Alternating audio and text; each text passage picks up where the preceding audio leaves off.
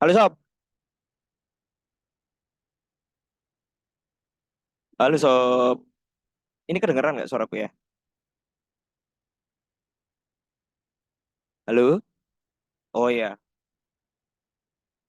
benar. Oke, terima kasih udah datang di date hari ini. Hari ini kita bakal mendengarkan pemaparan dari Nadira, dari Sofi. Monitor your little one growth and development. Jadi urusan anak ya ini kayaknya ya, nggak tahu ya. Kayaknya seperti itu ya dari Nadira. Untuk Sofi udah siap apa belum nih? Insya Allah siap, Kak. Oh, Kedengeran nggak suara aku? kedengeran, kedengeran jelas. Nah ini kalau Sofi ini eh, itu ya masih kuliah di kedokteran ya? Iya, Kak, masih. Keren. Semester berapa nih? Semester 6 udah mulai nyusun. Wih, gila. Oke teman-teman, berarti kita dengerin Yoi Speak Up kali ini dulu dari Sofi tentang Monitor Your Little One, Growth and Development. Waktu dan tempat dipersilakan Sofi. Oke, aku izin share screen ya. Kalau ini host boleh di-enable dulu share screen-nya.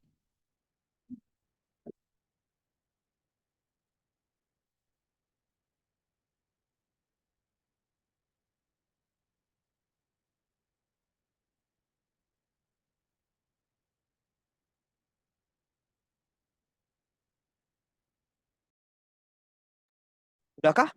Belum? Oke, udah, Kak. Oke. Oke, udah nampak belum? Sudah, sudah. Mulai ya. Oke, Assalamualaikum warahmatullahi wabarakatuh, teman-teman. Nah, jadi di sini kenalin aku Nadila Sofia Amanda dari YOI 24 tentang SDGs Kesehatan.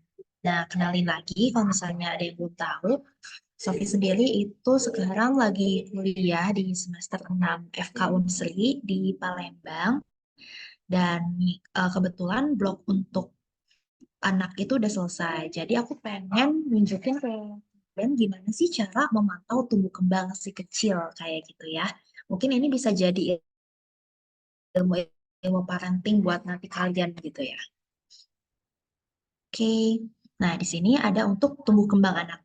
Sebelumnya aku mau tanya nih dari teman-teman sendiri, apa sih yang kalian ketahui tentang perbedaan tumbuh dan berkembang gitu? Ada yang bisa jawab? Boleh di chat, boleh raise Motorik, hand, bebas. motorik. Motorik anak, Oke, habis itu apalagi? cara pikirnya, logikanya. Oh ya, fisik juga Oke, benar. oke, ada lagi? Oke, jadi benar ya. Di sini kalau tumbuh berkembang dengan fisik, terus motorik tentang berkembangnya. Nah, itu benar ya. Nah, ini ada perbedaannya. Jadi pertumbuhan itu maksudnya bertambahnya kayak jumlah selnya, bertambah ukuran secara fisik, struktur, kayak gitu. Nah, sedangkan untuk perkembangan, itu perkembangan dari fungsi alat tubuhnya. Kayak misalnya fungsi intelektualnya gimana, emosionalnya gimana, kepribadiannya itu kayak gimana, gitu ya. Nah, di sini di sini ada faktor-faktor yang mempengaruhi pertumbuhan. Nah, pertumbuhan kan yang tadi udah dijelasin kan tentang bertambahnya eh, tinggi badan, berat badan, dan lain sebagainya. Nah, di sini ada beberapa hal yang mempengaruhi, mulai dari lingkungan, psikologinya gimana, hormonnya gimana, genetik, sampai ke nutrisi. Dan nutrisi ini sangat penting karena kalau misalnya nutrisi ini tidak terpenuhi di 1.000 hari pertama kehidupan, bisa besar kemungkinannya seorang bayi itu mengalami stunting atau kekurangan gizi. Dan ini bisa menyebabkan salah satu cirinya itu perawakan yang pendek kayak gitu ya. Nah, ini ada faktor genetik. Faktor genetik itu dipengaruhi oleh beberapa hormon seperti MPH dan GPH. Nah, itu tapi kita nggak bakal bahas di sana. Nah, ini ada cara menghitung potensi tinggi anak. Nah, ini bisa dilihat. Nah, misalnya ini ada tinggi ayah ditambah tinggi ibu tambah 13 dibagi 2 ini kalau laki-laki, sedangkan untuk yang perempuan ini dikurangi 13. Nah, ini ada contohnya ya. Jadi, secara genetik juga ternyata bisa mempengaruhi seperti itu. Meskipun tidak selalu mutlak, karena ini banyak juga kan dipengaruhi dengan faktor nutrisi dan lain sebagainya. Nah, ini ada beberapa hormon yang berperan. Nah, selanjutnya ini ada instrumen dari penilaian pertumbuhan. Gimana sih cara kita bisa menilai pertumbuhan itu? Nah, mulai dari bentuk tubuh, ukuran, simetris. Nah, ini dinamakan dengan ilmu antropometri. Nah, jadi ini akan mengukur ukuran tinggi atau panjang badan, berat badan, lingkar kepala, terus lingkar lengan, lingkar dada, dan lain sebagainya. Nah, biasanya kalau anak-anak kecil itu kan biasanya suka ke posyandu kan. Nah, di posyandu itu biasanya diukur apa? Berat badannya, apakah sesuai atau tidak dengan usianya sekarang, tingginya apakah sesuai dengan usianya sekarang, terus lingkar kepalanya. Karena lingkar kepala anak itu ternyata juga ada hitungannya seperti itu. Karena mempengaruhi tentang masa otaknya juga kan. Nah, ini adalah salah satu contoh dari perhitungan berat lahir. Kayak misalnya, biasanya ini contohnya ya, misalnya lahir 3,25. Berarti di usianya yang 3 sampai 12 bulan, misalnya 3 bulan ini ditambah, misalnya satu tahun deh, 1 tahun, eh, usianya berapa? 1 dikali 2 ditambah 8. 9, 10, 11 berarti kayak gitu. Itu untuk cara cepatnya. Nah, ini untuk tinggi badannya juga ada nih, kira-kira segini. Tapi untuk kita menghitung secara statistik, itu ternyata berbeda-beda ya. Nah, ini adalah instrumen penilaian tentang ukuran yang perlu diketahui. Seperti rata-rata bayi normal itu di antara 3 sampai 3,5 kilogram kayak gitu. Nah, untuk umur 5 bulan itu dikali 2 dari berat lahir. 1 tahun dikali 3. Untuk umur 2 tahun itu dikali 4 dan seterusnya. Nah, ini juga dipengaruhi kenaikan berat badan itu pada neonatus atau di dalam perut ibu. Di perut ibu juga ini ada beberapa triwulan kayak gitu. Tahun pertama kehidupan kalau di sini ya. Terus ada juga pada masa sekolah. Ini juga bisa dilihat, tapi yang biasanya menjadi patokan itu kita menggunakan antropometri. Nah, di sini aku udah nyediain link G Drive-nya ya, teman-teman.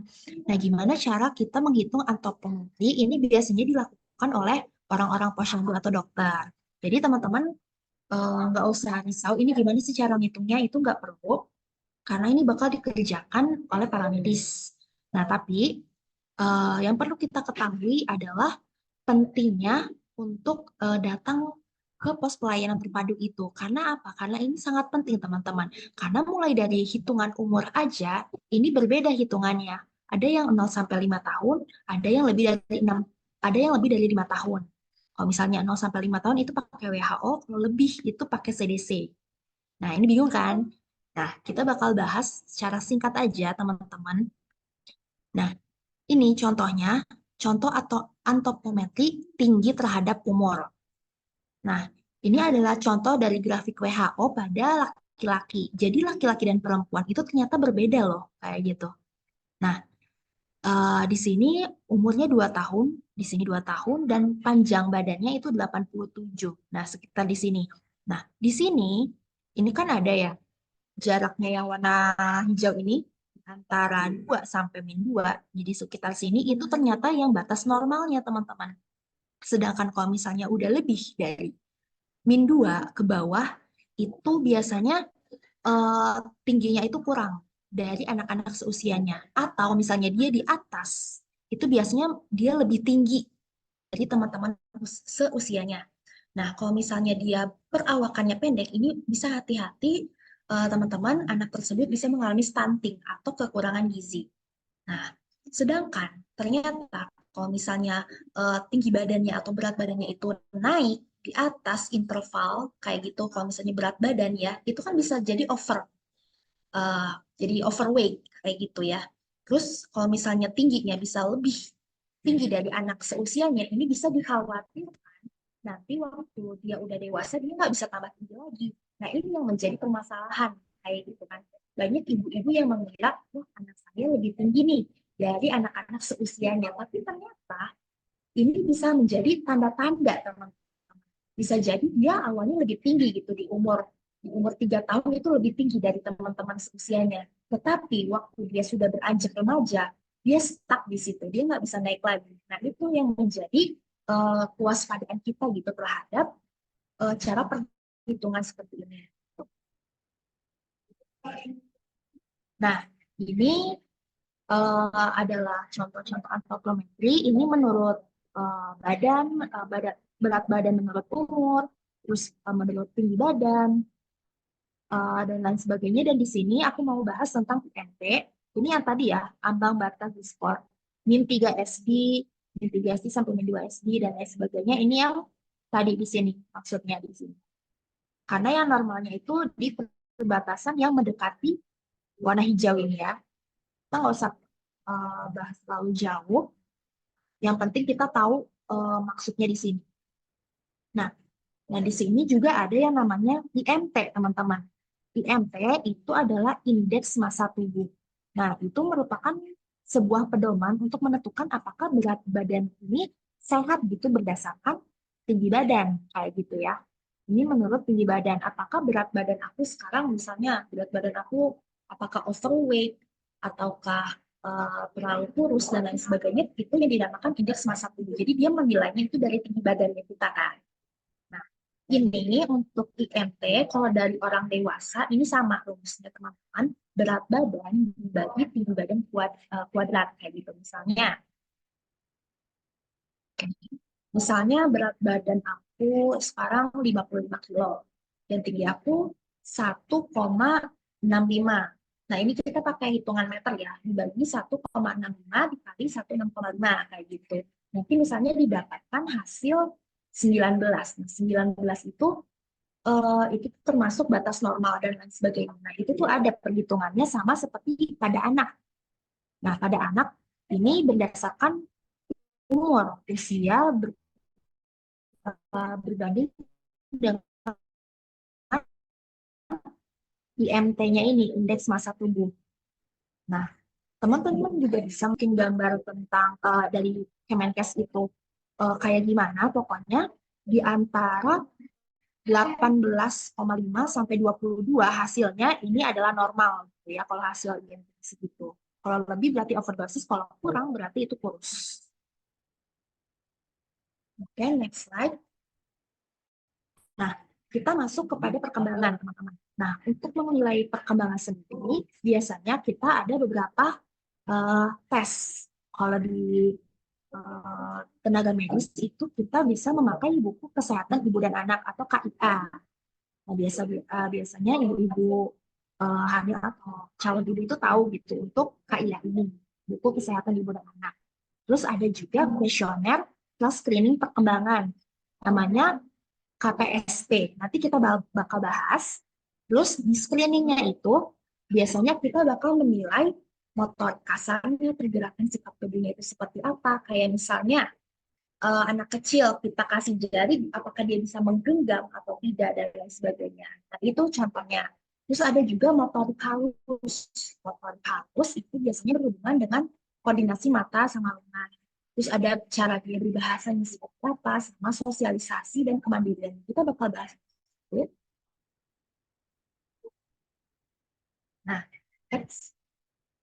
Nah, di sini ada namanya KPSP ya, yang tadi. Nah, di sini untuk screening perkembangan dari usianya ini macam-macam teman-teman. Nah, kalau misalnya teman-teman bisa baca di sini di link Jidrat ini, teman-teman bakal melihat patokan-patokan usianya mulai dari 3 bulan teman-teman. 3 bulan dan seterusnya. Biasanya kelipatan 3 bulan. 3 bulan, 1 tahun, 12 bulan, dan lain sebagainya kayak gitu ya. Nah, kita ambil contoh bayi 3 bulan atau 3 bulan lebih 5 hari atau berapa itu kita masukinnya ke 3 bulan ya tetap. Nah di sini itu tuh udah disediain tabel kayak gini teman-teman. Nah biasanya dari tenaga-tenaga medis mereka bakal memperhatikan kalau misalnya gerakan kasar, sosialisasi, kemampuan bicara, sama gerakan halus. Nah di sini tuh berbeda tiap umur gitu teman-teman. Nah cara interpretasi dari hasil KPSP ini kita bakal menjumlahkan di sini, ianya berapa, tidaknya berapa, kayak gitu. Kalau misalnya dia kurang dari hasil tersebut, itu kemungkinan ada penyimpangan dan harus dibawa ke dokter spesialis anak, kayak gitu. Nah, kalau misalnya mau mudanya kayak gimana? Balik lagi, kita bawa lagi anak ke posyandu buat dihitung berdasarkan usianya, kayak gitu ya. Karena benar-benar serinci itu, teman-teman. Nah, ini adalah contoh bagaimana seharusnya anak itu bisa berkembang gitu ya. Kayak misalnya ya di sini ada anak usia 3 sampai 6 bulan. Nah, seharusnya mereka bisa ngapain sih? Oh, ternyata mereka bisa berbalik dari telungkup menjadi telentang. Kalau misalnya ada yang belum bisa, berarti itu masih harus diasah lagi motoriknya seperti itu. Terus contohnya mengangkat kepala setinggi 90 derajat, mulai belajar meraih benda yang ada di jangkauan, mengarahkan matanya pada benda kecil, atau menggenggam pensil. Itu salah satu contohnya. Nah, terus kalau misalnya usia 6 sampai 9 bulan ternyata harusnya mereka harus sudah bisa duduk kayak gitu. Gimana caranya kita rangsang? Oke. Nah, ini ada beberapa contohnya. Nanti aku bakal bagiin PPT-nya juga. Kalau misalnya ada yang mau. Nah, di sini ada tabel pertumbuhan dan perkembangan dari balita. Nah, di sini mulai dari 1, 2, 3, dan seterusnya sampai 5 tahun. Ini bisa dilihat mulai dari berat badannya yang seharusnya berapa, panjang badannya harusnya berapa, lingkar kepalanya, gerakan kasar, halus, dan lain sebagainya. Ini bisa dipakai sebagai panduan umum ya teman-teman. Kalau misalnya nggak mau pusing gitu, kalau misalnya udah agak menyimpang, kalian bisa langsung ajak anak itu ke tempat kesehatan terdekat. Nah, di sini ada red flag-nya teman-teman. Ada beberapa hal yang kalau misalnya anak itu belum bisa melakukan hal tersebut, itu berarti ada gangguan. Nah, ini salah satu contohnya seperti gangguan berbicara, bahasa, cerebral palsy, sindrom Down, autis, dan lain sebagainya. Kan kadang ada ya teman-teman, kadang orang tua tuh nggak paham, oh ternyata anak saya menderita autis, oh ternyata anak saya mengalami Down syndrome, dan lain sebagainya. Nah, oleh karena itu, fungsi tes-tes yang tadi disebutkan itu sangat penting gitu untuk menilai apakah ada kelainan sebelum terlambat kayak gitu.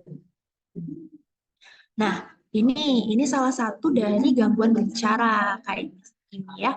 Kalau misalnya dia nggak ada gangguan organik alat bicara, kayak misalnya ada kelainan pada bibirnya, apakah menyatu dan lain sebagainya, sumbing, maaf, kayak gitu. Berarti itu bisa dirujuk kayak gitu. Kalau misalnya tidak ada, nanti di screening lagi nih sama dokternya, dites dan lain sebagainya. Apakah anak tersebut mengalami gangguan, mulai dari gangguan halusinasi, pendengaran, dan lain sebagainya. Kayak gitu. Kadang ada juga orang tua yang nggak paham, oh, ternyata anak itu tuli gitu. Itu juga harus langsung dibawa. Nah, di sini ada tentang nutrisi, teman-teman. Nah, ini ada kategori untuk pengukuran gizi. Nah, gizinya ini berat badan menurut umur yang tadi sudah dijelaskan ya. Ini ada namanya ambang batas yang tadi yang harusnya dia ada di tengah-tengah yang warna hijau tadi, apakah dia termasuk gizi baik ataukah gizi buruk kayak gitu. Terus apakah tingginya itu normal ataukah pendek? Sama apakah dia gemuk atau sangat kurus atau normal kayak gitu. Nah, inilah pentingnya dilakukan screening ke posyandu kayak gitu ya. Nah, jadi untuk gizi tersebut itu menurut fungsinya ini bagi anak itu ada yang sebagai zat tenaga, zat pengatur, sama zat pembangun kayak gitu ya. Ada 4 sehat 5 sempurna mungkin ya kalau misalnya gampangnya, ada karbohidrat, ada protein sebagai pembangun, karbohidrat sebagai tenaga gitu. Ada zat pengatur, sayur dan buah. Di sini ada juga kalau menurut jumlah yang dibutuhkan itu ada yang namanya zat makro sama zat mikro. Kalau misalnya zat makro itu kayak misalnya karbo, lemak, sama protein. Kalau zat mikro itu mineral sama vitamin-vitamin. Nah, gimana sih cara kita tahu apakah sudah terpenuhi atau belum? Nanti kita bakal bahas. Tapi yang utama anak yang baru lahir itu harus disapi oleh ibunya dengan ASI selama 2 tahun pertama. Nah, kenapa harus ASI itu? Kenapa nggak sufor atau susu formula? Ternyata keunggulan ASI itu sangat banyak dibandingkan susu formula, teman-teman ya.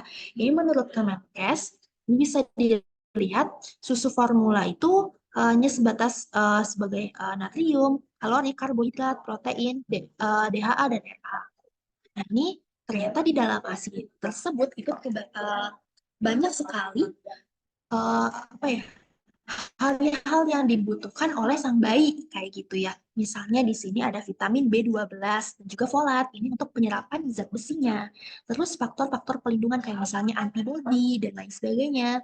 Faktor pertumbuhan. Ini kan sangat penting ya, sama enzim pencernaan dan imodulator. Nah, biasanya ada kan teman-teman anak bayi yang sering sakit-sakitan. Ternyata dia sering dikasih susu formula karena apa?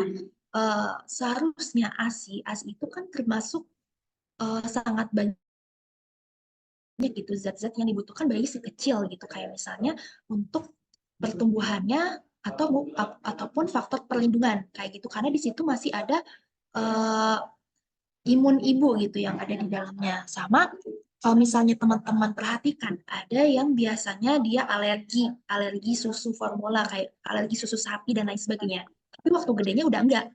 Ternyata Ternyata teman-teman, itu disebabkan karena anak yang baru lahir belum punya perlindungan gitu terhadap laktase gitu, enzim laktase yang ada di dalam si susu sapi tersebut. Ternyata itu bisa dinetralisir dengan adanya ASI ini, kayak gitu. Itu sih simpelnya ya.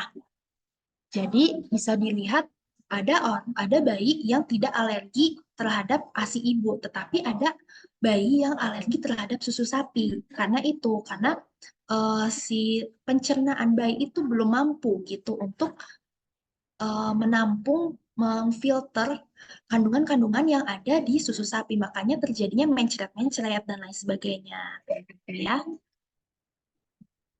Nah, terus gimana sih cara menyapih ASI yang benar kayak gitu ya? Kalau misalnya teman-teman mau tahu, lambung si kecil itu ternyata kecil sekali waktu lagi lahir kayak gitu ya, waktu awal-awal lahir. Itu sebutir kelereng seperti ini. Makanya teman-teman kalau misalnya ada banyak ya ibu-ibu frustasi, kenapa ASI saya dikit, apakah cukup nggak ya ini ASI saya dan lain sebagainya. Dan itu cukup teman-teman. Kayak 5 mili aja kayak gitu. Habis itu biasanya tandanya itu si kecil itu biasanya langsung nggak menyapih lagi kayak gitu. Kayak udah kenyang, udah diem gitu. Nah, terus gimana caranya tanda kalau misalnya menyapihnya itu baik? Nah, ini ada yang namanya rumus CHAL. Chin, areola, lips, mouth. Nah, yang pertama chin, dagunya itu harus menempel di payudara si ibu. Dan untuk perlekatannya ini bayi itu harus lurus ya. Lehernya ini nggak boleh bengkok kiri kanan seperti ini, tapi harus didekap ke pelukan si ibu. Terus dagunya ini menempel.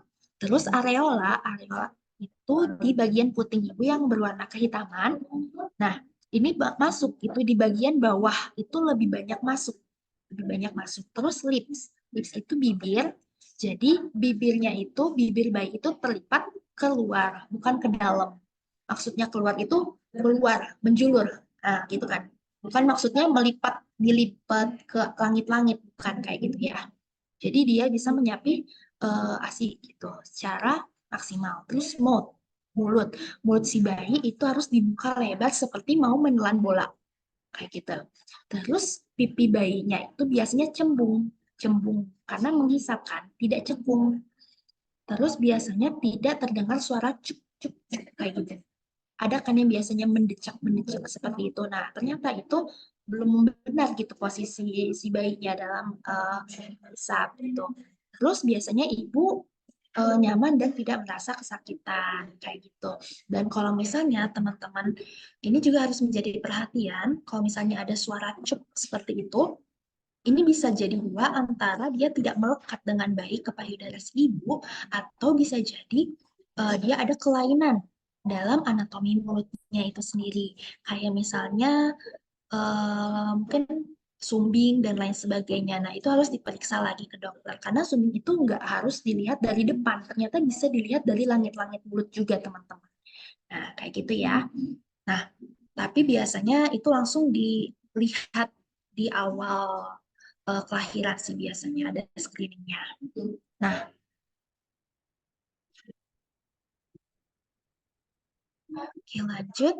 Nah, di sini ada lagi empasi. Nah, teman-teman tahu empasi?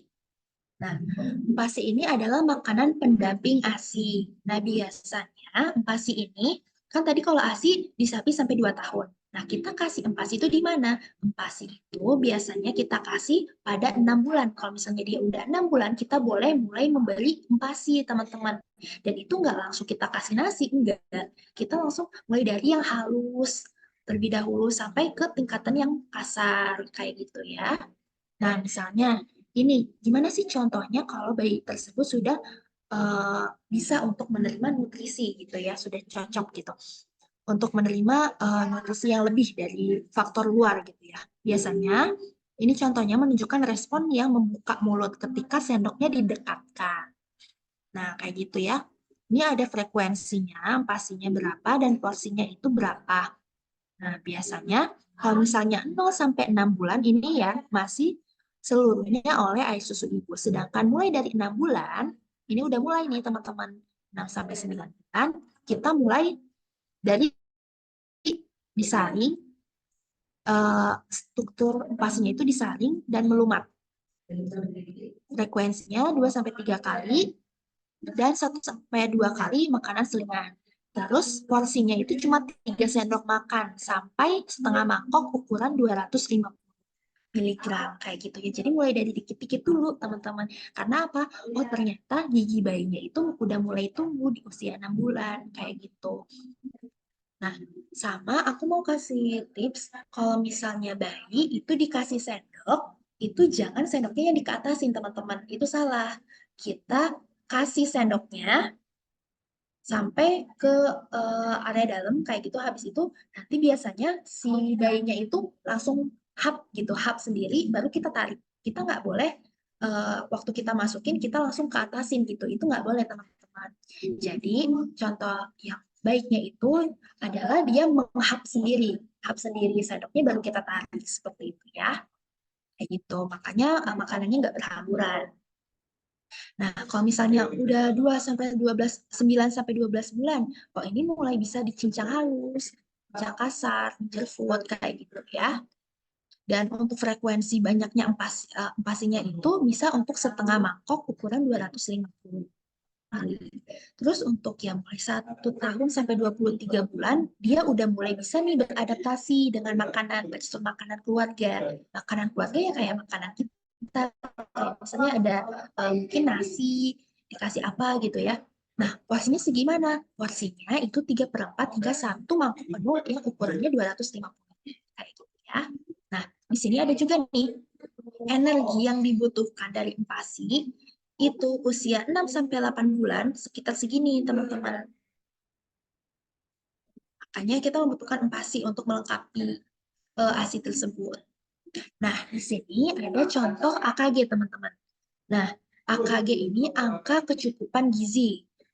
Nah, ini juga berlaku bagi teman-teman ya. Untuk AKG ini mulai dari bayi sampai 6 bulan dan seterusnya.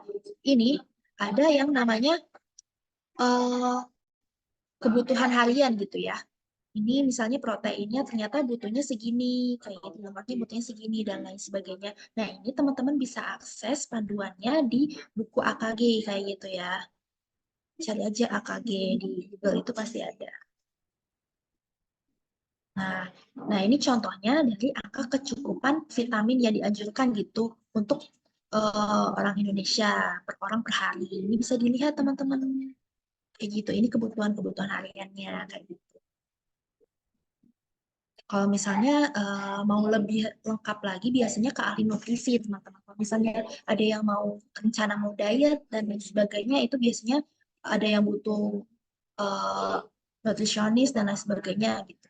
biasanya mereka bakal hitung kebutuhannya sesuai dengan berat badannya saat ini dan target yang diinginkan. Nah, di sini ada yang namanya tumpeng gizi seimbang, teman-teman. Tumpeng gizi seimbang tuh istilahnya mungkin 4 sehat 5 sempurna ya, tapi sekarang itu namanya tumpeng gizi seimbang. Nah, kayak misalnya makanan pokok, sayuran, buah, kayak gitu ya, protein, hewani, nabati, dan lain sebagainya. Ini gizi seimbang, kayak gitu ya. Nah, ini ada angka kecukupan gizi anak secara kelompok umur, kayak gitu ya. Kayak misalnya kita ambil nutrisi anak 3 tahun, itu ternyata butuh karbohidrat. Karbohidratnya mau apa aja nih? Nasi, kentang, roti, pasta, sebesar 215, dan lain sebagainya. Kayak gitu. Itu kalau misalnya benar-benar mau dihitung-hitungan kayak gitu ya. Misalnya ibu yang muda. Nah, ini salah satu contohnya ya, cara membuat pasti dari bahan mentah. Nih, misalnya dia pakai beras putih, telur ayam, tempe kedelai, wortel, santan, dan lain sebagainya.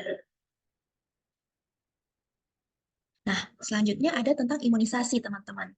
Nah, imunisasi ini nggak kalah penting. Karena apa?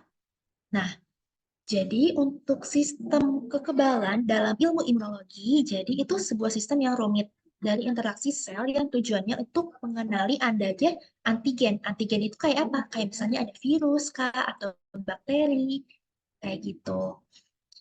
Nah, di sini ada yang aktif sama yang pasif. Kalau misalnya yang pasif ini dari ibu ke plasenta sama ASI yang pertama. Jadi kalau misalnya teman-teman pernah dengar nih atau pernah tahu ibu, seorang ibu dia baru pertama kali jadi ibu, dia melahirkan, terus di ASI-nya itu ternyata ada kuning-kuning seperti itu.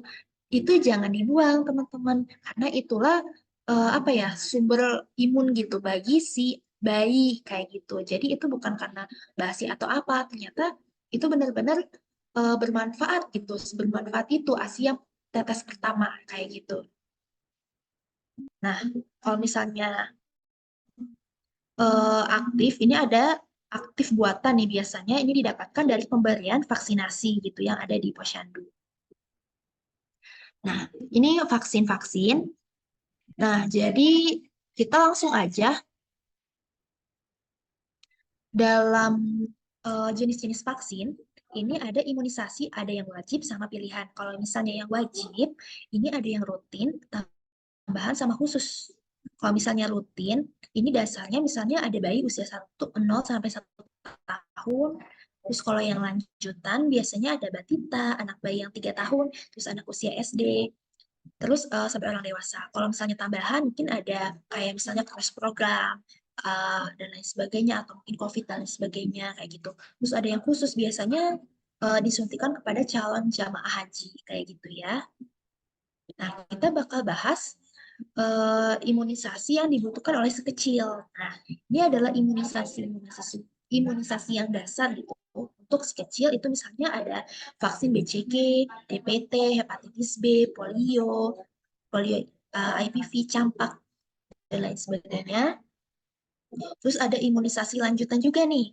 Nah, ini untuk memperpanjang masa dari perlindungannya si bayi gitu. Kayak misalnya sebelumnya udah pernah dikasih vaksin DT, ini ada lanjutannya lagi kayak gitu. Nah, misalnya kita ambil contoh 3 tahun, anak 3 tahun berarti mereka memerlukan BCG, polio, hepatitis B, DPT, hemofilus, influenza tipe B, dan juga campak. Nah, kok banyak banget? Emang banyak teman-teman. Nah, di sini ada bulan-bulan dari si kecil lahir ini udah dikasih hepatitis B biasanya. Terus usia 1 bulan itu udah dikasih berarti apa ini 1 kali BCG kayak gitu. Kalau misalnya dia udah 3 tahun, dia butuh apa aja nih bisa dilihat ya di sini. Ini kebutuhan primernya. Nih berarti hepatitis B-nya ternyata udah dilakukan sebanyak 3 kali. Maksudnya 3 kali ya. Ini kan yang pertama kali waktu yang lahir, yang kedua itu waktu umur 2 tahun, yang ketiga waktu umur 3 tahun kayak gitu teman-teman.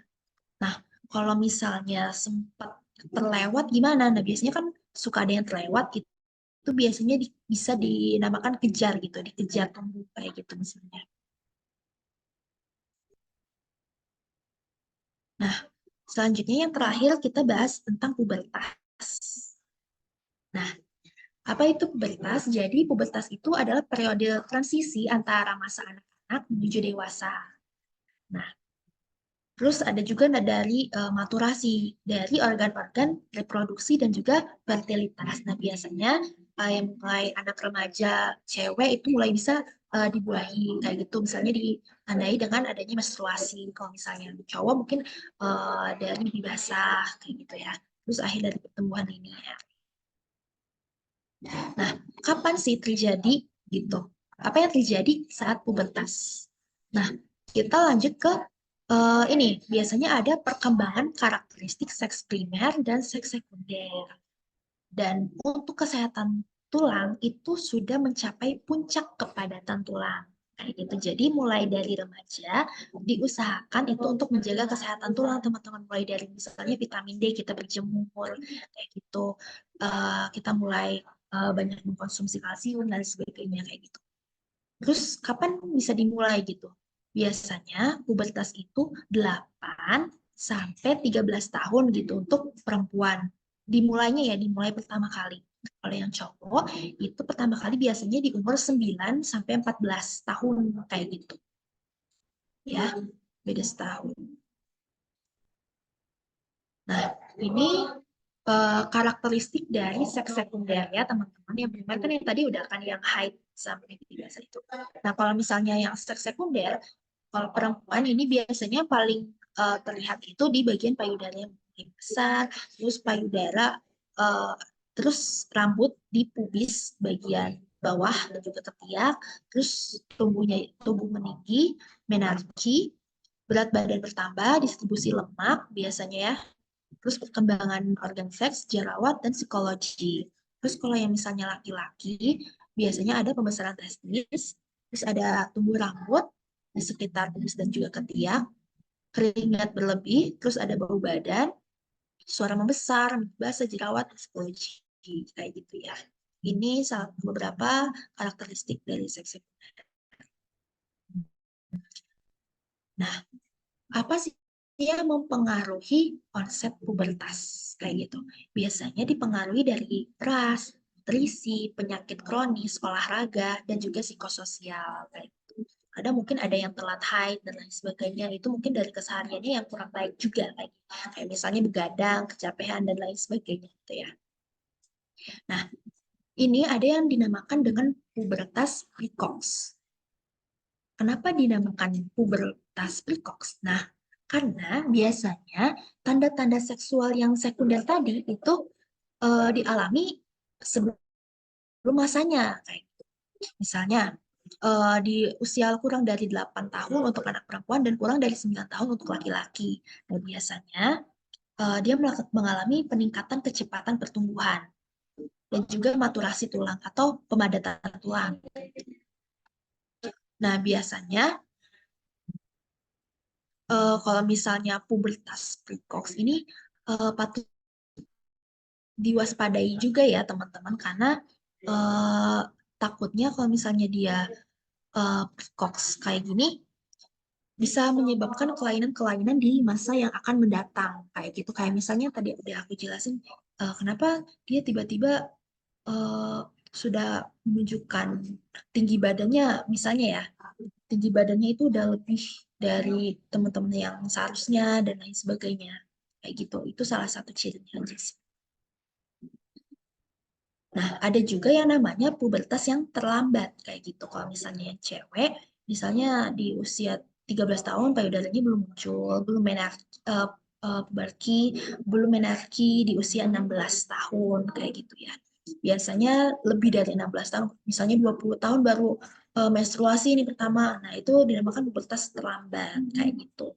Pada laki-laki misalnya testisnya itu belum besar kayak gitu pada usia 14 tahun atau belum puberki gitu ya. Oke, kalau misalnya hal-hal tersebut terjadi itu gimana? Nah, kalau misalnya hal-hal tersebut terjadi itu biasanya teman-teman boleh langsung ke dokter umum atau kamu lebih bagusnya lagi ke dokter anak dan kita harus kejar tumbuh kembang namanya. Kayak misalnya kita akan memberikan tips seperti makanan bergizi seimbang sesuai dengan usianya, terus memberikan stimulus kepada anak kalau misalnya motoriknya masih belum berkembang gitu, terus melakukan imunisasi tepat waktu, terus memantau pertumbuhan anak kayak misalnya tinggi, berat, dan lain sebagainya. Biasanya di posyandu atau di puskesmas.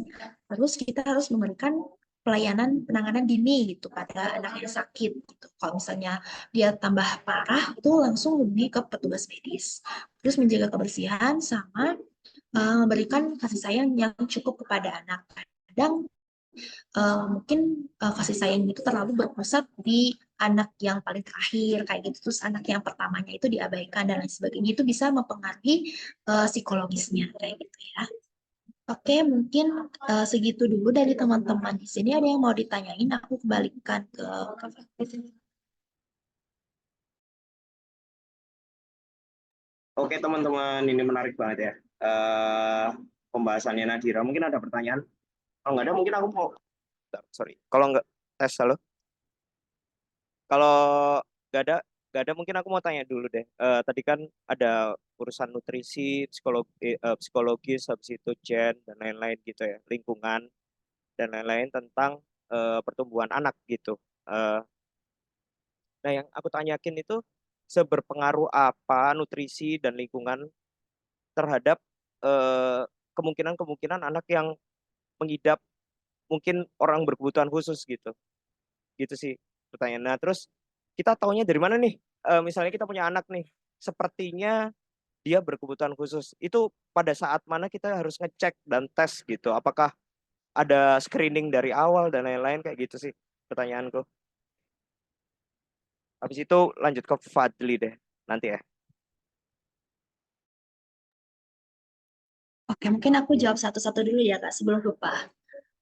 Tadi gimana hubungan nutrisi sama lingkungan terhadap anak-anak kebutuhan khusus, khusus gitu ya, kayak misalnya Down syndrome dan lain sebagainya kan. Nah, sebenarnya itu sangat penting bahkan sebelum kehamilan itu terjadi, Kak. Nah, jadi ya teman-teman di sini kalau misalnya ada nih calon-calon ibu itu biasanya ada yang namanya program pemerintah pemberian tablet tambah darah pada usia remaja. Itu biasanya dilakukan ke sekolah-sekolah kan sosialisasinya. Biasanya hari Jumat tuh anak-anak SMA itu dikasih satu tabel pil kecil warna merah kayak gitu ya. Itu untuk tablet tambah darah.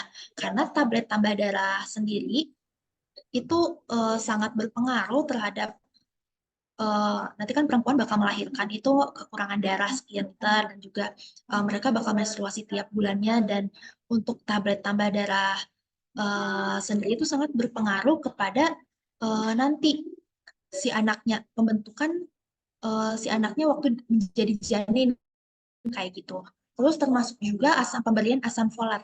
Asam folat itu sangat penting sama zat besi gitu. Nah, zat besi ini tablet tambahan darah itu kan banyak zat besinya kan, zat besi.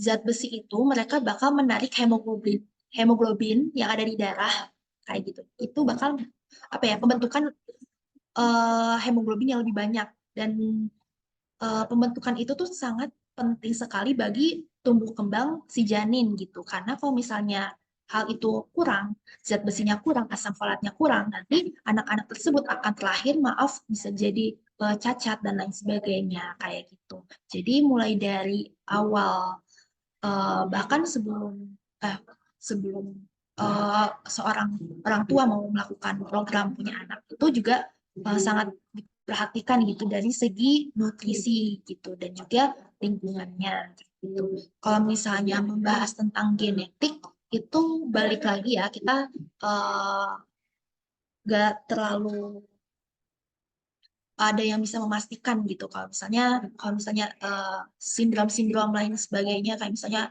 kromosom X dan lain sebagainya itu kan tergantung dari genetiknya juga.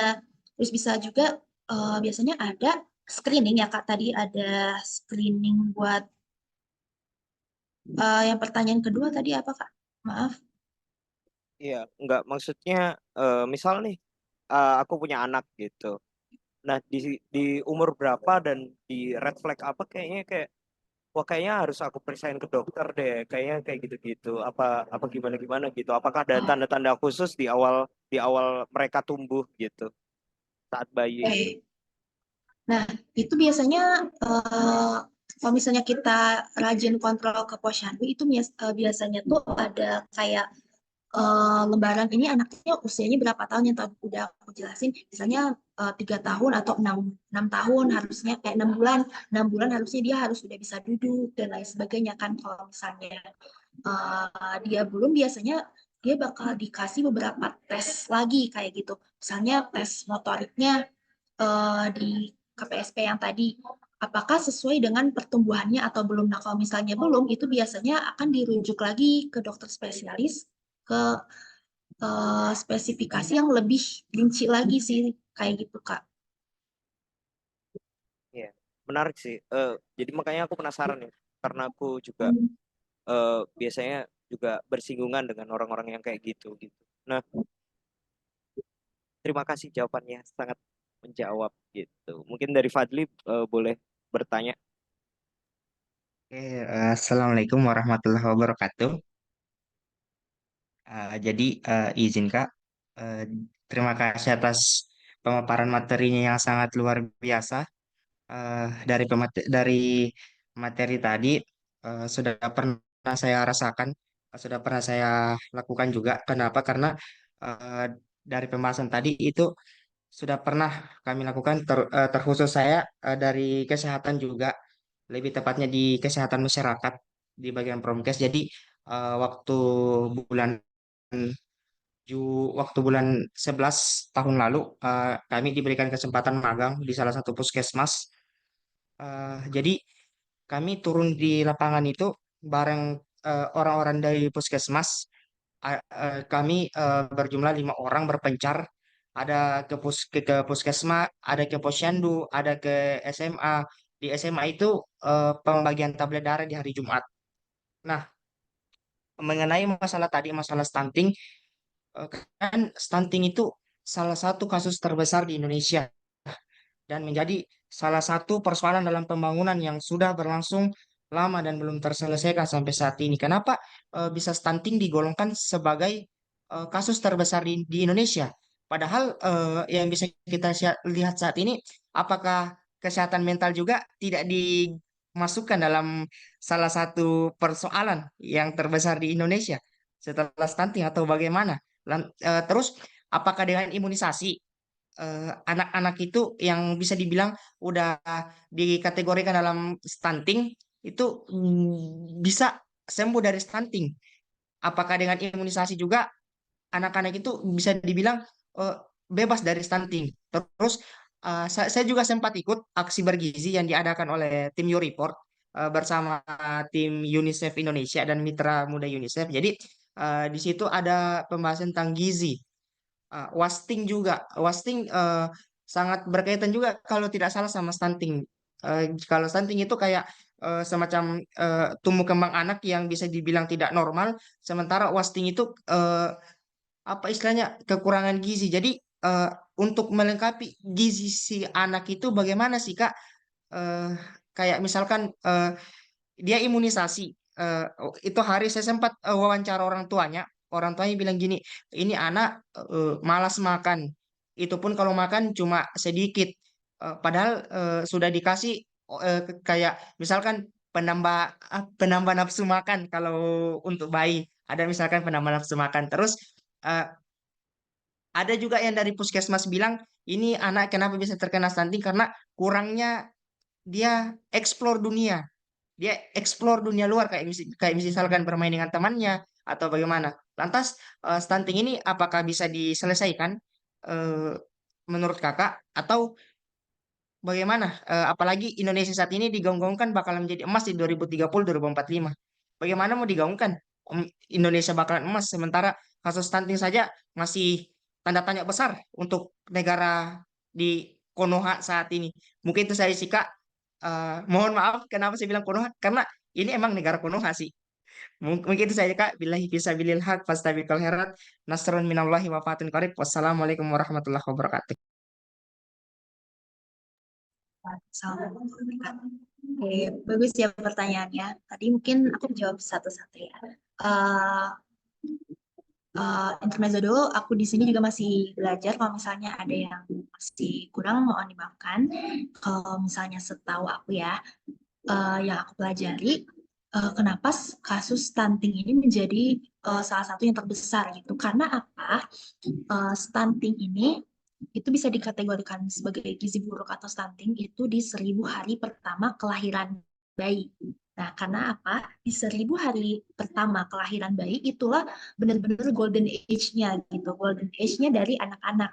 Cara mereka mempertaruhkan masa depannya itu mau dibawa kemana. Karena misalnya dari awalnya itu kayak misalnya kita udah dilatih dari, bukan dilatih, maksudnya tuh di 1000 hari pertama kelahiran itu masa-masa tumbuh kembang anak yang sangat cepat sekali gitu, sangat cepat. Mulai dari pertambahan berat badannya, mungkin dari perawakan tumbuh kembangnya dan lain sebagainya itu sangat cepat di 1000 hari pertama kelahiran. Nah, dan juga kalau misalnya kasus stunting ini tidak bisa diselesaikan kayak gitu ya, ini yang menjadi salah satu hal yang menjadi stunting itu menjadi nomor satu. Karena kalau misalnya banyak bayi-bayi yang stunting, dia udah lewat dari 1000 masa kelahiran, itu biasanya agak susah untuk diobati teman-teman kayak gitu. Nah, misalnya mau ngejar si tumbuh kembangnya itu sangat sulit gitu, bisa, tapi hasilnya itu agak mustahil gitu, nggak mustahil sih, tapi dikit gitu peluangnya. Kayak misalnya mau membenarkan dari pola cara berpikirnya nanti dan lain sebagainya kayak gitu.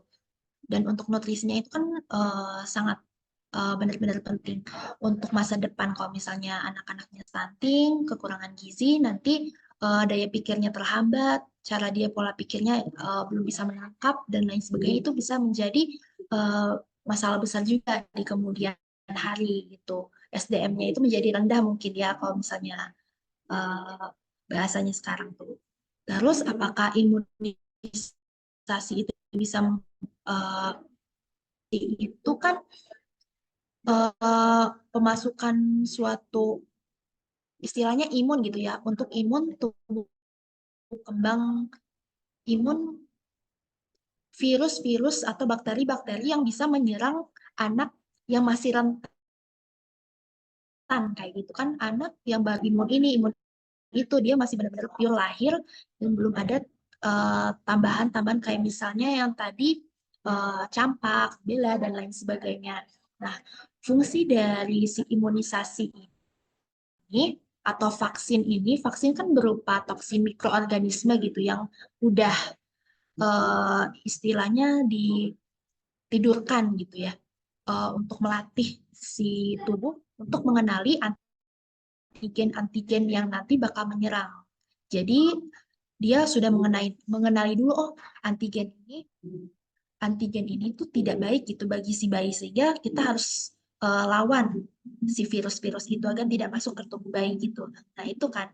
Nah jadi untuk imunisasi sendiri itu tujuannya bukan kepada stunting, tapi imunisasi sendiri itu untuk sebagai perlindungan si bayi gitu ya terhadap mikroorganisme lain yang masih awam gitulah istilahnya ya.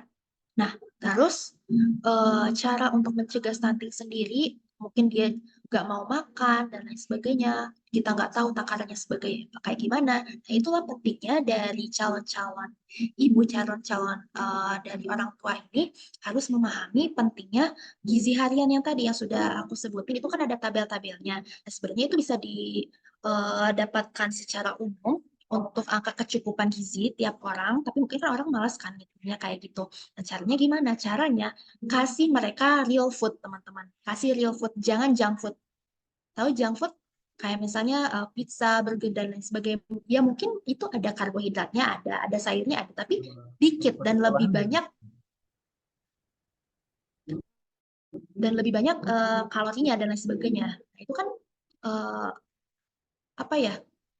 Kalau misalnya kita tahu gorengan-gorengan kayak gitu. Nah, kalau misalnya kita bahas dari segi ekonomi sendiri gitu, tahu tempe itu juga bisa loh menjadi asupan kita asalkan diolah dengan cara yang benar gitu. Gitu. Jangan digoreng. Mungkin kita bisa cari alternatif yang lain kayak gitu. Misalnya tahunya bisa direbus dan lain sebagainya kayak gitu. Cara pengolahannya gitu ya.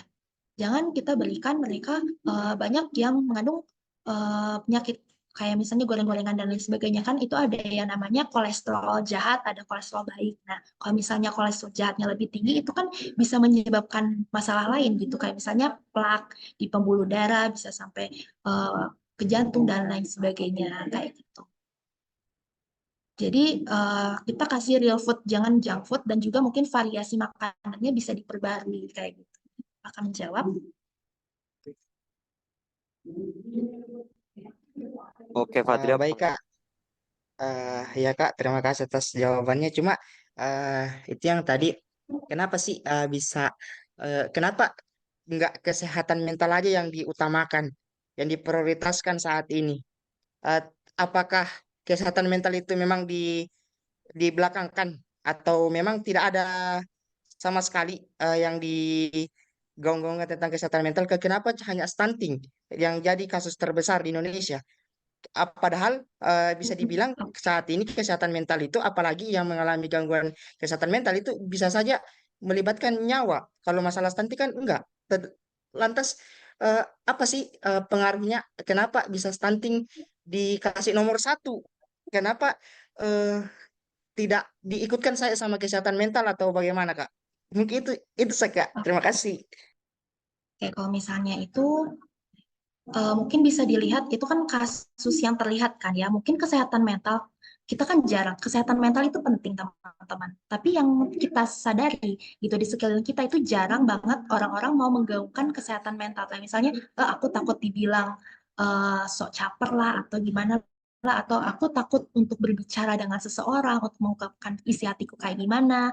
Aku takut nggak didengar dan lain-lain dan banyak-banyak ketakutan kayak gitu sehingga mungkin kasusnya itu tertutupi kayak gitu itu mungkin sebagai apa ya pendapat opini aku aja ya tapi kita nggak tahu realnya itu seperti apa kalau misalnya kesehatan mental juga mungkin eh, itu juga kan dipengaruhi dari lingkungan sekitar juga kayak gitu kan kalau misalnya stunting ini kan lebih ke individual dan lebih mengutamakan ke pioner-pioner si anak itu untuk nanti membangun negeri itu seperti apa mungkin ya di 1.000 hari pertama kehidupannya itu yang menjadi poin pentingnya itu di 1.000 hari pertama kehidupannya mungkin seperti itu sih Kak karena 1.000 hari pertama kehidupan itu nggak bisa diulang gitu maksudnya mungkin kayak gitu Kak. Ah, baik Kak, terima kasih atas jawabannya Kak. Oke guys, mungkin ada pertanyaan lagi. Tapi aku penasaran deh. Ini kan tadi Oh, kan ada kita, pertanyaan.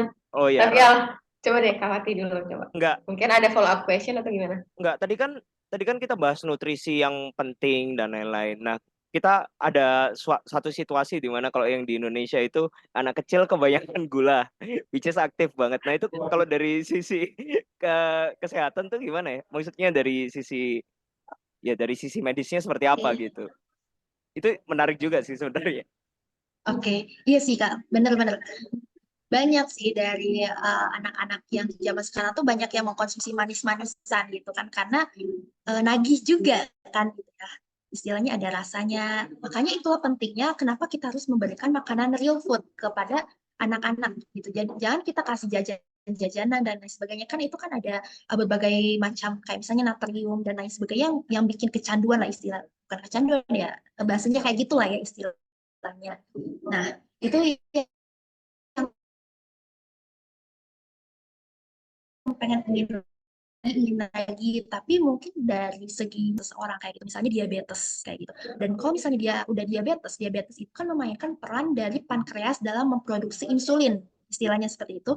Insulin itu untuk menekan kadar gula darah, sedangkan kalau misalnya kita terlalu banyak mengkonsumsi gula, pankreas itu kayak istilahnya nggak sanggup lagi deh gue buat memproduksi insulin itu kayak rumahnya itu udah rusak kayak gitu karena terlalu over kayak gitu makanya banyak dia yang diabetes mellitus gitu yang diabetes mellitus tipe 1 atau tipe 2 gitu yang nggak bisa disembuhkan gitu, karena memang dia harus membutuhkan suntik insulin terus, karena si pankreasnya udah nggak mampu lagi untuk memproduksi si insulin kayak gitu kan.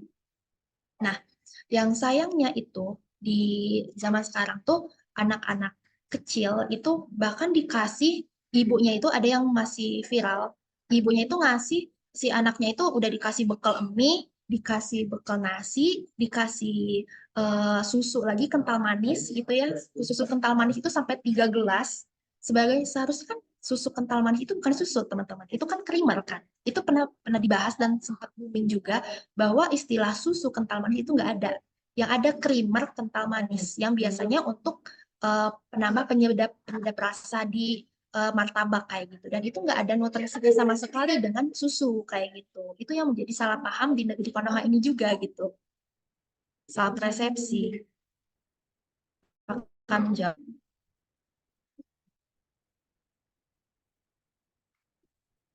Oke, menjawab sekali sih. Tadi mungkin Rara ada pertanyaan, boleh.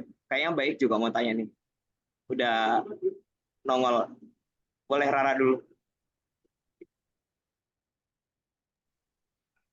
Oke, halo semua. Iya, aku salvo lihat Kak baik sama Bang Angga itu di satu frame. Iya, jadi mungkin eh, aku follow up-nya mirip pertanyaan dari Bang Fatih tadi ya. Aku lebih ke gini sih, gimana cara transisi misalnya bayi itu kan ASI kan 2 tahun pertama, terus ke MPASI. Nah, kadang-kadang ibu muda itu dia mengalami kesulitan untuk menstimulus anaknya untuk mau makan gitu. Nah, gimana sih dari segi kesehatan sendiri untuk anaknya tuh bisa mau makan gitu, nggak harus dibawa jalan-jalan dulu biar mau makan atau dan lain sebagainya. Karena ini tuh habit yang nggak baik gitu, berdasarkan yang aku baca sih. Tapi mungkin karena di sini ada uh, Mbak Sofi gitu yang juga expert di kesehatan dan juga belajar di field itu. Nah, gimana sih supaya ibu muda ini nggak ngerasa takut lagi ketika anaknya masuk ke stage umur untuk MPASI itu sendiri gitu.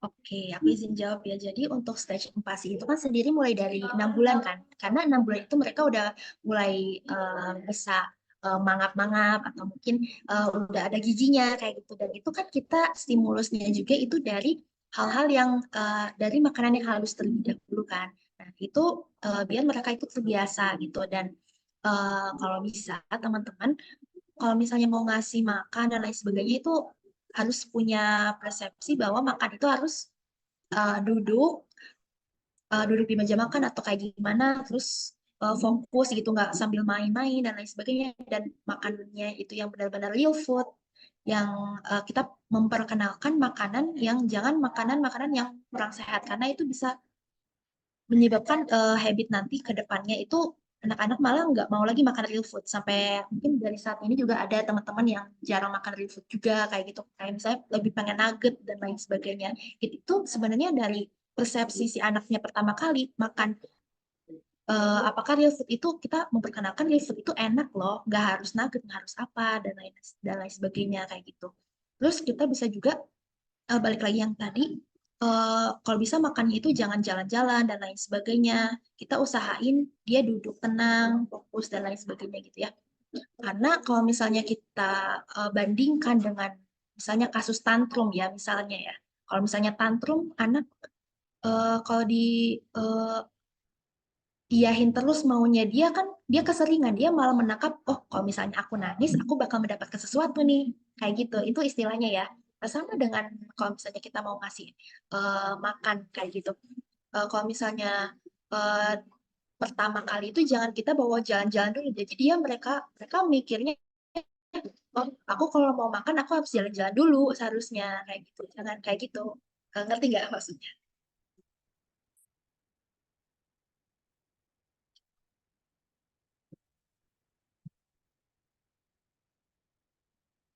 Gimana Kak Rara? Apakah ada follow up question? Cukup sih kalau Baik, mau tanya nih, baik apa enggak? Enggak ada. Oh Aku mau, mau boleh. nanya dulu. Tapi aku nggak ngikutin dari awal, maaf. Nggak apa-apa. Jadi ini aku penasaran ini sih. Kayak sebenarnya kan gini ya, kayak ribet gitu kan. Kalau misalnya makanan sehat tuh maksudnya definisinya adalah ini apa namanya, kayak makanan kan kayak kita kan diajarnya oh 4 sehat 5 sempurna yang kayak gitu-gitu. Tapi sebenarnya ya makanan sehat yang paling simpel tuh apa sih? Maksudnya kayak udah kerasa nggak sih kayak umur-umur segini tuh kayak kita tuh pengen makan sehat, tapi di sisi lain kayak budget kita terbatas, iya. Terus kayak di sekitar juga cuman ada apa? Cuman kayak apa sih makanan yang bisa kayak kita definisikan sebagai sehat, tapi sebenarnya masih sesuatu yang affordable atau sesuatu yang mudah juga gitu, mudah dicerna oleh otak juga gitu. Itu sih pertanyaan. Oke, jadi kalau misalnya kita bahas tentang gizi seimbang ya tadi ya, cara kita makan sehat tapi cuma adanya yang seadanya aja, ya sebenarnya itu nggak apa-apa, karena kita juga bisa menyesuaikan budget juga ya, masih gitu ya ya udah gitu. Tapi kita bisa dapat 5 potong harganya 30.000 atau berapa dibandingkan dengan kita makan satu paha ayam crispy di restoran itu lebih mahal kan. Nah, misalnya real food inilah yang misalnya bisa juga mencukupi gitu kebutuhan nutrisi kita dengan budget yang minim kayak gitu ya. Kalau misalnya teman-teman bingung itu kita kan tadi udah sempat bahas tentang tumpeng gizi seimbang. Nah, tumpeng gizi seimbang, coba deh di searching tumpeng gizi seimbang. Nah, di situ tuh ada kayak misalnya nutrisi yang hampir sama kayak 4 sehat 5 sempurna, tapi istilah sekarang tuh udah ganti tumpeng gizi seimbang kayak gitu ya. Ada sayur, ada karbohidrat. Karbohidrat kan nggak cuma nasi gitu. Karbohidrat juga bisa dari kentang, bisa dari ubi dan lain-lain. Kadang orang tuh mikir udah dikasih kentang, dikasih nasi, dikasih mie, itu kan sama-sama karbo kan. Nah, itu yang jadi permasalahannya di sini. Mereka nggak ngerti ini termasuk golongan apa kayak gitu. Terus untuk protein juga banyak, nggak harus makanan daging sapi tiap hari kan gitu. Nggak harus daging ayam bisa, daging ikan itu juga bisa. Ikan malah lebih bagus itu kan. Telur bisa kayak gitu. Sebenarnya banyak sih variasi yang bisa dimakan kayak gitu. Yang penting gizinya itu tercukupi kayak gitu. Dan udah aku sempat bahas juga tentang angka kecukupan gizi di buku AKG. AKG itu ada setiap umur itu dijelasin banyak banget tabelnya, itu bisa dicari umur kakak berapa, terus kebutuhan asupan-asupannya itu berapa, presentasi-presentasinya, dan itu juga ada aplikasinya teman-teman. Aplikasinya tuh kalau ini bukan endorse ya, ini Pet Secret namanya. Pet Secret bisa dicari aja di Google Play Store. Itu bisa untuk memonitoring sih kita udah makan berapa-berapanya kayak gitu. Itu juga bisa dipakai buat kalau misalnya teman-teman mau diet juga bisa. Dan Jadi itu nama jangan aplikasi lupa apa? kita harus memperhatikan apakah kita Sorry, agak ngelag. Pet Secret Apa? ya. Oh, gitu. Oke. Pet Secret. Kalau misalnya teman-teman bingung apakah berat badan aku udah normal atau belum, itu bisa dicek IMT aja teman-teman. Ada kalkulator online-nya kok. IMT, atau apa sih? BMI BMR nggak gitu sih? ya. BMI nggak sih? Body Mass Index nggak sih? BMI. Ya, Nah, itu Hmm. IMT atau BRI sih. Body Mass Index. Body Mass Index. BMI. BRI. Terus ya itu bisa dilihat ya. Udah termasuk ke golongan normal kah atau kurus atau bahkan overweight, itu bisa dicek kayak gitu. Apakah membantu? sangat membantu sih. Bahkan aku kayak nggak update banget. Aku baru tahu yang namanya apa tadi, tumpeng apa, tumpeng gizi seimbang ya Tumpeng kan. gizi Nah, seimbang. gizi seimbang. Soalnya nggak tahu sih kalau sekarang kan influencer Udah bukan yang suka pakai apa sih namanya, bahan-bahan yang somehow antara mahal atau enggak, kayak kan kalau aku hidupnya di kabupaten ya, nggak semudah itu dapet ini kayak yang gitu-gitu. Makanya aku kayak penasaran sih sebenarnya kayak gizi yang seimbang tuh gizi iya. yang kayak gimana kayak gitu. Regulasi dong.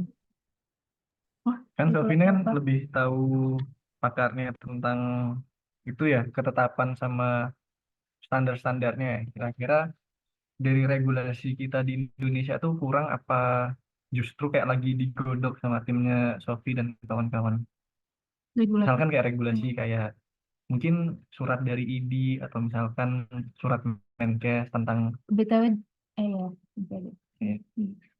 kayak gitu, apakah perlu penguatan atau misalkan penguatan yang relate sama misalkan itu kan penyediaan gizi terus berarti kan nanti relate ke Kementan atau misalkan nanti apa sama Kemenkes gitu.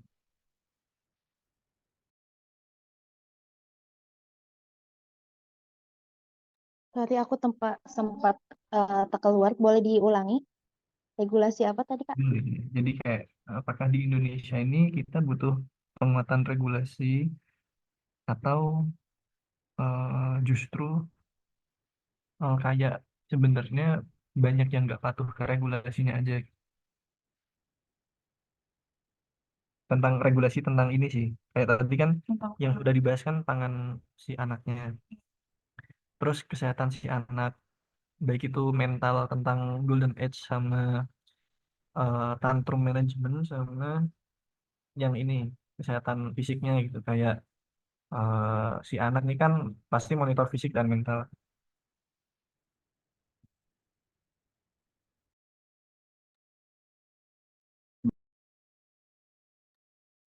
Jadi kalau misalnya tentang regulasi sendiri, ya sebenarnya kita butuh sih sebenarnya untuk regulasi kayak misalnya ketetapan-ketetapan kayak gitu atau mungkin bantuan-bantuan kayak gitu. Kadang mungkin kita kayak udah ada undang-undangnya nih, tapi dalam segi kesiapan sendiri kita masih belum siap. Kayak misalnya kita diharuskan untuk memenuhi kebutuhan nutrisi si anak, kayak misalnya harus gizi kayak gini kayak gini gini gitu, harus makan kayak gini, tapi kita sendiri ekonominya nggak mampu kayak gitu. Nah, itu kan yang menjadi permasalahan ya kan. Kalau menurut aku dari pemerintah juga harus benar-benar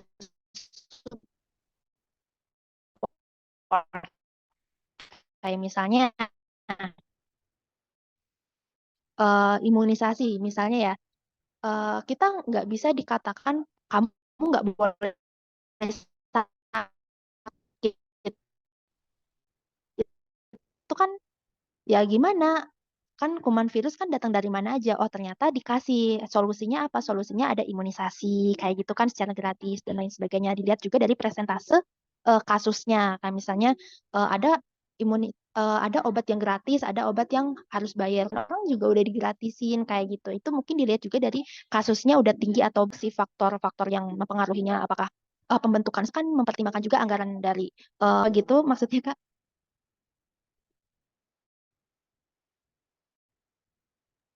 Betul betul. Jadi kayak misalkan aku ngeliat dari kacamatamu ya, misalkan Sofi sebagai seorang dokter gizi yang udah mengusahakan upaya terbaiknya. Nah di sini kan berarti kan langsung ketahuan nih kira-kira yang belum support tim gizi dan tim kedokteran dan tim kesehatan anak itu siapa. Di sini ekonomi ya yang pertama. Jadi kayak belum ke-regulate bener-bener tentang pemerataan untuk at least mencapai minimal kebutuhan monitor ini gitu. Lebih ke pemerataan ekonomi yang memang ya lagi-lagi kayak di duitnya gitu. Karena kan nggak murah juga dan nggak tersebar merata gitu ketersediaan baik itu konseling dan ininya gitu nutrisinya. Ya, semoga aja untuk kedepannya mungkin kita ada program makan siang gratis mungkin ya.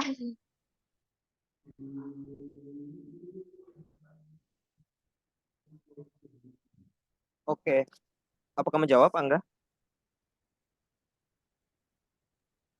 Menjawab sih dan kalau misalkan Sofi ini udah nanti address kekurangan dan kebutuhannya di mana kita bisa bikin apa ya ibaratnya kayak proposal gitu buat kementerian atau lembaga terkait. Betul, setuju. Saya lebih ke situ sih. Lebih untuk meringankan tugas Sofi aja sih. Hmm. Oke, mungkin teman-teman ada pertanyaan lagi. Kalau nggak ada, aku tanya lagi soalnya. Punya penasaran ya. Punya penasaran ya saya. Nah, ini ya. Kalau nggak ada, aku tanya ya. Mungkin dari Sofi ini. Nah, ini kan dari tadi kan aku sama temanku nih. Ada temanku. Nah, dia itu punya adik umur 5 tahun. Nah, kasusnya dia itu eh dia udah terlanjur tuh. Kayak nggak mungkin dari empasinya masih milih-milih gitu. Contohnya dia milih apa ya? Oatmeal ya. Sereal ya. Sereal. Jadi dia lebih suka sereal daripada empasi. Jadi kayak mungkin dia nggak ngenalin pada saat dia waktunya. Kamu ngomong sendiri bisa. Nah ini sini sini nih biar dia ngomong sendiri. Biar dia ngomong sendiri nih. Hai all. Jadi gak ada suara. Jadi adik aku tuh dari masa empasi, dia tuh kan emang makannya kayak di bukan apa di pure ya, pure gitu. Terus juga di steam dan lain-lain. Cuman karena dia terbiasa makan yang seperti itu, akhirnya dan mamaku tuh juga mungkin karena orang lama ya, jadi nggak ngerti tentang kayak kita tuh harus meningkatkan tekstur dan lain-lain. Akhirnya dia kebiasaan makanan dengan tekstur yang mungkin halus gitu. Nah, akhirnya sampai sekarang dia tuh kalau makan milih-milih gitu dan hanya mau makan nasi sama telur. Itu bener-bener setiap hari. Nah, menurut Mbak Sofi, Kak Sofi, kira-kira ada nggak cara supaya dia tuh mulai mengenali atau mulai mau makan makanan yang lain gitu? Karena dia udah kayak apa ya, udah terbiasa makan makanan itu, akhirnya apa ya, ngelihat ayam atau ngelihat daging aja tuh dia kayak udah jijik gitu loh. Padahal kalau aku lagi makan gitu, dia nyium baunya, ih enak ya baunya. Tapi ketika aku tawarin dia udah kayak, ih nggak mau, ah jijik banget gitu. Rasanya kayak gitu. Begitu. Itu umurnya berapa, Kak? Umurnya berapa tahun, Kak? Berapa bulan? Kemarin pas 5 tahun. 5 tahun. Oke. Oh, kalau misalnya saran aku sih, Kak ya. Kan ada ya kita bikin sering kan ngelihat ada resep-resep masakan yang dicampur-campur kayak misalnya kita mau bikin apa ya, perkedel.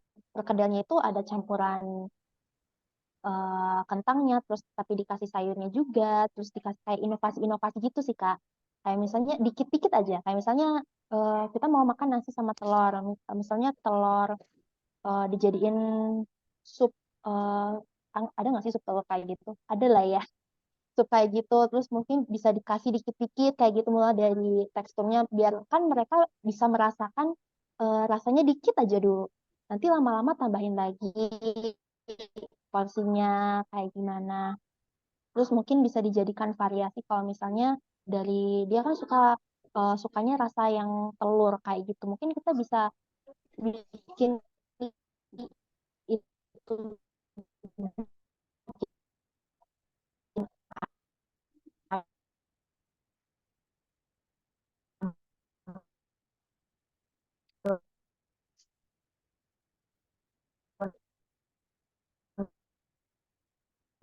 dengan apa gitu juga kalau telur nih. Halo Kak, dengar nggak suaranya? Putus-putus suara.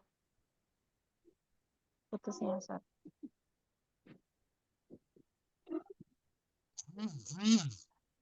Udah belum Kak? Halo? Udah. Oke. Tadi sampai sup telur, terus dibikin rasa telur apa? Nggak ngerti lagi. Enggak ditambahin protein. Oh, ditambahin protein. Ditambah protein. Oh, Jadi istilahnya pastiin si anaknya itu bisa merasakan rasa lain gitu selain telur gitu. Dikit-dikit aja. Kalau misalnya udah mungkin kita bisa ngubah variasi bentuknya. Mungkin dari awalnya eh, telurnya itu kita bikin gorengan eh, apa ya, bentuk kayak perkedel misalnya ya, telur dibejek-bejek dikasih agak apa daging atau gimana, atau mungkin bikin risol kayak gitu yang notabene ada rasa telur tapi ada rasa yang lainnya juga gitu mungkin ya. berarti tetap Ya, harus ada taste dari si telur itu ya. Ya, dikit-dikit. Dikit-dikit dikasih sama yang lain gitu. Jadi biarkan dia merasakan, oh ternyata rasa ini enak juga gitu. Jadi lama-lama dia ngerti gitu sendiri. Itu sih Kak kalau menurut aku sih. Soalnya selama ini pun dia kalau makan telur itu nggak bisa telur yang lain selain scrambled egg gitu. Jadi bener-bener ya selembut itu teksturnya, nggak bisa makan yang Oh, asik. nggak bisa apa ya, dia tuh nggak mau coba untuk makan yang menggigit gitu loh. Ah, mungkin bisa dari telurnya sendiri itu jangan terlalu scrambled. Streamer kayak gitu Kak. Mungkin bisa nanti agak dipadatin dikit gitu. Jadi lama-lama makin jadi telur ceplok lah atau telur dadar lah gitu ya istilahnya tuh kayak mulai dikit-dikit aja. Atau mungkin bisa dicampur juga kayak gitu. Ada tambahan telur dadar yang dipotong panjang-panjang kayak gitu yang kayak buat di nasi kuning kayak gitu ditambahin kayak gitu biar ada teksturnya gitu. Jadi kalau misalnya dari segi tekstur dia bisa mulai mulai mengenali yang padat kayak gitu. Kalau misalnya mau yang bervariasi mungkin bisa ditambah sedikit demi sedikit variasi kayak gitu sih Kak. Oke. Terima kasih. Karena kamu dari frame saya. Oke teman-teman, mungkin ada pertanyaan terakhir ya. Karena aku banyak tanya. Karena aku banyak tanya. Kalau nggak ada, kita akhirin date ini. Yuk, mungkin dari Zara dan Wasna ini mungkin ada pertanyaan, atau dari Fadel mungkin, atau Rara mungkin bahkan follow up question-nya ada gitu.